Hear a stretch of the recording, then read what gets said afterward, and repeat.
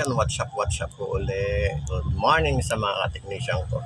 So, mga ka-technician, nahack po ni FB yung aking FB channel. Kaya may bago ako yung FB channel. So, ito yung una kong vlog ngayong araw na to. Dahil sabi ni FB, bibigyan kita ng 180 days. Siguro sana mabalik. Sayang. So magbabago na naman tayo ng FB.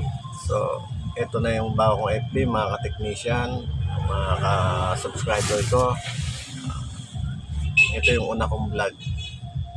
Ipapakita ko sa inyo kung paano pagka walang yung satellite nyo or signal, ganito lang gagawin, walang power. So sundan nyo lang po ito.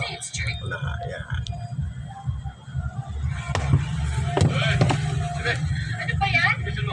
Okay, so mga ka-technician, so nalagyan ko na siya ng step up, step down DC-DC voltage. Okay. So alisin muna natin to. Okay, pumili ka na. Ayan. Ituturo ko sa inyo ang tutorial nito, mga ka-technician. Okay, so ito yan. Ayan. Mini 560. Okay. So, ito yung positive niya.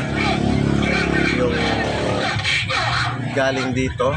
Input dito, ito yung output. So, tatlong wire lang gagamitin natin. Kasi yung ground, isa lang naman yung ground yan mga ka-technician. So, ikabit na natin ha. So, ito yung adapter.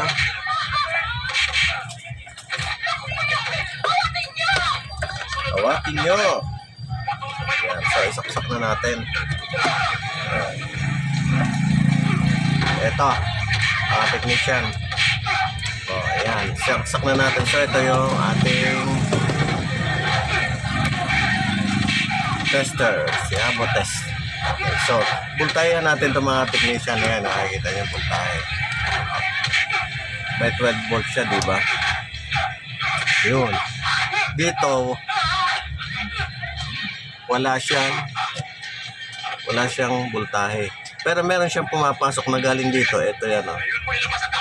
Sa gitna. Tinanggal ko na yung IC niya, mga ka-technician. Yung tatanggalin yung IC, ito yan, mga ka-technician. Ito yan, oh. IC dito yan, oh. Ayan, kita nyo IC. Ayan. Yan siya.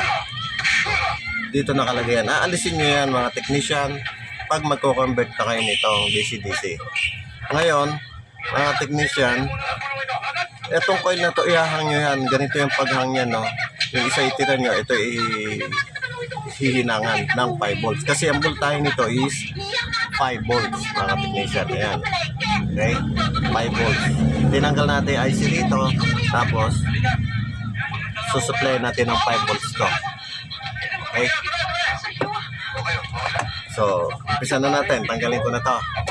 Adapter. Okay. So, kabit na muna natin dito. Batang Sputnik daw. Okay. Yung 12 volts, ito. Hihinang natin tong 12 volts dito. Sa jack ng 12 volts adapter. Tapos yung ground, mga ka-technician, dito na lang sa USB port. Sa HDMI. Kasi pare-pares namang ground yan. Pwede ka mag-ground dun dito sa tagliran nito. Ito ground yan, saka ito. So ito na yung output niya. So bultayan natin, mga technician, kung may output. Yan. So ground tayo, ito yan. So kita ba yung tester? Tapos yung ground. Ayun, no? 5 volts. Kita ba? So 5 volts. So ihinang na natin yan tanggalin ulit natin to coil, yung coil na inangat natin. Yan. Tapos isaksak na natin. Dapat umilaw to. Ito.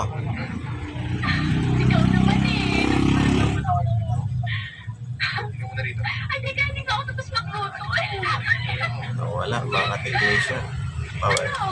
Power on, power on. So, yun, nandun na. Nakita na ba? Uminaw na. Ayun o. Oh, kita siya.